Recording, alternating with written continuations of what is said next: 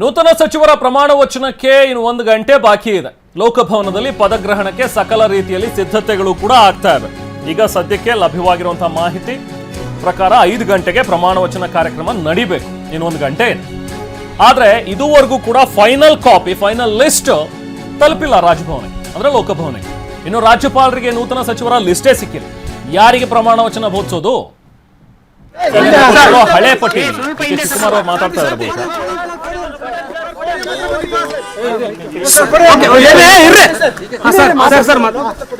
ಈಗ ಕೆಲವು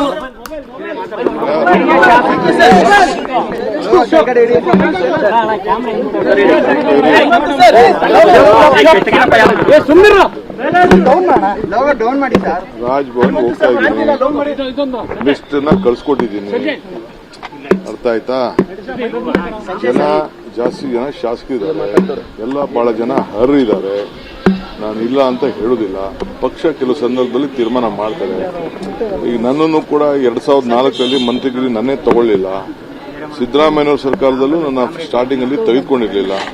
ನಾವು ತಾಳ್ಮೆಯಿಂದ ಇದ್ದದಕ್ಕೆ ಈ ಸ್ಥಾನದಲ್ಲಿ ನಾನು ಕೂತಿದ್ದೀನಿ. ಎಲ್ಲರಿಗೂ ರಿಕ್ವೆಸ್ಟ್ ಮಾಡ್ತೀನಿ, ತಾಳ್ಮೆಯಿಂದ ಇರಬೇಕು. ಎಲ್ಲರಿಗೂ ಒಂದಲ್ಲ ಒಂದು ಅವಕಾಶಗಳು ನಾವು ಕ್ರಿಯೇಟ್ ಮಾಡ್ತೀವಿ. ದಯವಿಟ್ಟು ತಾಳ್ಮೆಯಿಂದ ಎಲ್ಲರೂ ಇರಬೇಕು.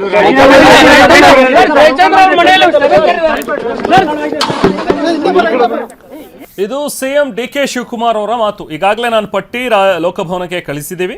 ನಾವು ಕೂಡ ಲೋಕಭವನಕ್ಕೆ ತೆರಳುತ್ತಾ ಇದ್ದೀವಿ. ಕಾರ್ಯಕ್ರಮ ಎಲ್ಲವೂ ಕೂಡ ನಡೆಯುತ್ತೆ.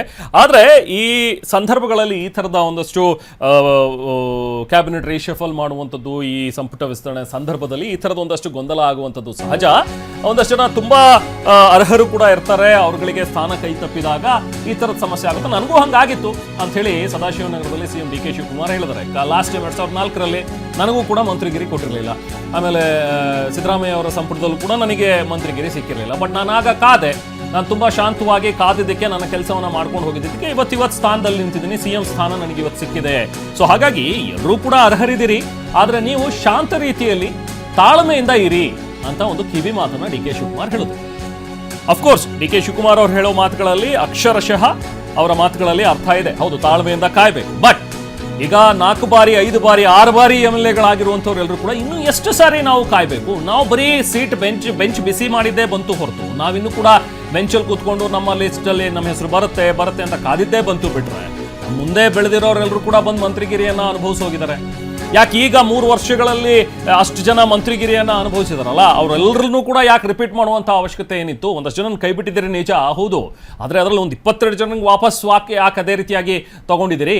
ಅವರಲ್ಲಿ ಒಂದಷ್ಟು ಜನರಿಗೆ ಕೈ ಬಿಟ್ಟು ಹೊಸದಾಗಿ ಕೆಲವೊಂದಷ್ಟು ಜನರಿಗೆ ಅವಕಾಶ ಕೊಡಬಹುದಿತ್ತಲ್ಲ ಅನ್ನೋ ಪ್ರಶ್ನೆಗಳು ಸಹಜವಾಗಿ ಈಗ ಶಾಸಕರಲ್ಲಿ ಬರ್ತಾ ಇವೆ. ಹಾಗಾಗಿನೇ ಕೆಲವೊಂದಷ್ಟು ಜನ ಶಾಸಕರು ನಾವು ರಾಜೀನಾಮೆಯನ್ನು ಕೊಡ್ತೀವಿ ಅಂತ ಹೇಳ್ತಾ ಇದ್ದಾರೆ. ಅವರ ಬೆಂಬಲಿಗರು ಈಗ ಆಕ್ರೋಶಿತರಾಗಿದ್ದಾರೆ, ಬೀದಿಗಿಳಿದು ಹೋರಾಟವನ್ನು ಮಾಡ್ತಾ ಇದ್ದಾರೆ.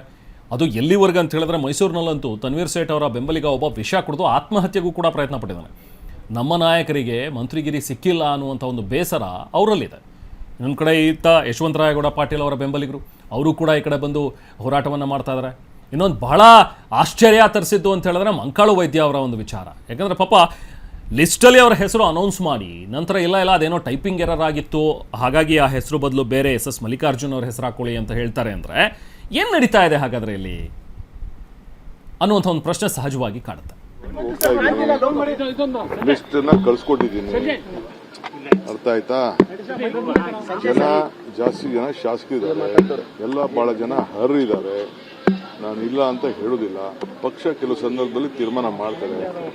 ಈಗ ನನ್ನನ್ನು ಕೂಡ 2004ರಲ್ಲಿ ಮಂತ್ರಿಗಿರಿ ನನ್ನೇ ತಗೊಳ್ಳಿಲ್ಲ. ಸಿದ್ದರಾಮಯ್ಯನವರ ಸರ್ಕಾರದಲ್ಲೂ ನನ್ನ ಸ್ಟಾರ್ಟಿಂಗ್ ಅಲ್ಲಿ ತೆಗೆದುಕೊಂಡಿರ್ಲಿಲ್ಲ. ನಾವು ತಾಳ್ಮೆಯಿಂದ ಇದ್ದದಕ್ಕೆ ಈ ಸ್ಥಾನದಲ್ಲಿ ನಾನು ಕೂತಿದ್ದೀನಿ. ಎಲ್ಲರಿಗೂ ರಿಕ್ವೆಸ್ಟ್ ಮಾಡ್ತೀನಿ, ತಾಳ್ಮೆಯಿಂದ ಇರಬೇಕು. ಎಲ್ಲರಿಗೂ ಒಂದಲ್ಲ ಒಂದು ಅವಕಾಶಗಳು ನಾವು ಕ್ರಿಯೇಟ್ ಮಾಡ್ತೀವಿ. ದಯವಿಟ್ಟು ತಾಳ್ಮೆಯಿಂದ ಎಲ್ಲರೂ ಇರಬೇಕು. ರಾಜ್ಭವನ್ ಹೋಗ್ತಾ ಇದ್ದೀನಿ. ಸೊ ಇದು ಡಿ.ಕೆ. ಶಿವಕುಮಾರ್ ಅವರ ಮಾತುಗಳು. ಅವ್ರು ಹೇಳೋ ಪ್ರಕಾರ ಅದೇ ಆಗಲೇ ನಾವು ಮಾತನ್ನು ಕೇಳ್ತಾ ಇದ್ವಿ. ತಾಳ್ಮೆಯಿಂದ ಇರಿ, ಖಂಡಿತವಾಗ್ಲೂ ಎಲ್ರಿಗೂ ಅವಕಾಶ ಸಿಗುತ್ತೆ. ಒಂದಲ್ಲ ಒಂದಿನ ನಿಮ್ಮ ಪರಿಶ್ರಮಕ್ಕೆ ತಕ್ಕ ಪ್ರತಿಫಲ ಸಿಗುತ್ತೆ ಅನ್ನೋಂಥ ಮಾತುಗಳನ್ನು, ಅಂದರೆ ನಾನು ಲೋಕಭವನಕ್ಕೆ ಹೋಗ್ತಾ ಇದ್ದೀನಿ ಅನ್ನೋದನ್ನು ಕೂಡ ಡಿ.ಕೆ. ಶಿವಕುಮಾರ್ ಅವರು ಹೇಳಿದ್ರು. ರಾಜ್ಯಪಾಲರಿಗೆ ಸಚಿವರ ಪಟ್ಟಿಯನ್ನು ಈಗಾಗಲೇ ನಾನು ಕಳಿಸಾಗಿದೆ.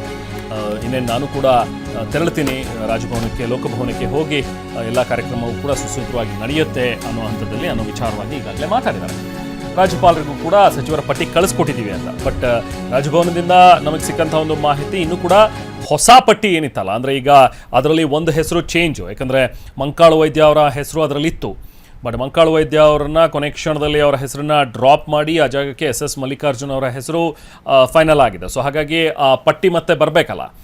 ಸೊ ಆ ಪಟ್ಟಿ ಇನ್ನೂ ಕೂಡ ಸಿಕ್ಕಿಲ್ಲ, ಫೈನಲ್ ಪಟ್ಟಿ ಅನ್ನುವಂಥದ್ರ ಬಗ್ಗೆ ಈಗಾಗಲೇ ಲೋಕಭವನದಿಂದ ಮೂಲಗಳು ನಮಗೆ ಸ್ಪಷ್ಟಪಡಿಸಿದೆ. ಸೊ ಹಾಗಾಗಿ ಇನ್ನೂ ಕೂಡ ಆ ಗೊಂದಲ ಇದ್ದೇ ಇದೆ.